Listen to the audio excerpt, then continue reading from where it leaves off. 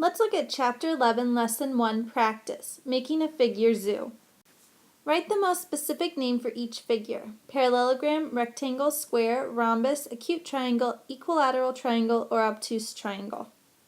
Number 1 has 3 equal sides, so I know that that's going to be an equilateral triangle.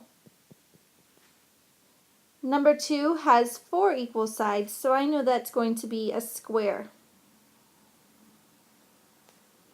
Number 3 has 4 equal sides.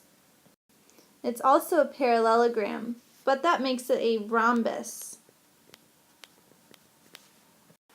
Number 4 has 2 sets of parallel sides that are congruent. That makes it a parallelogram. Number 5 has 3 sides that have nothing in common, which makes it a scalene triangle. Number 6 has 2 sides that are congruent, which makes it an isosceles triangle.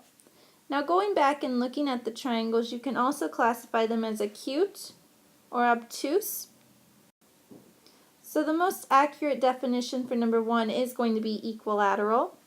For number 5, though, you could classify it as obtuse because of the greater than 90 degrees angle.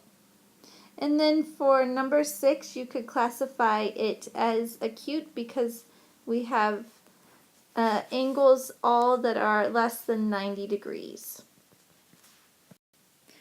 Allison drew these figures. Which is the best description of the figures she drew? Number 1, closed figures with right angles.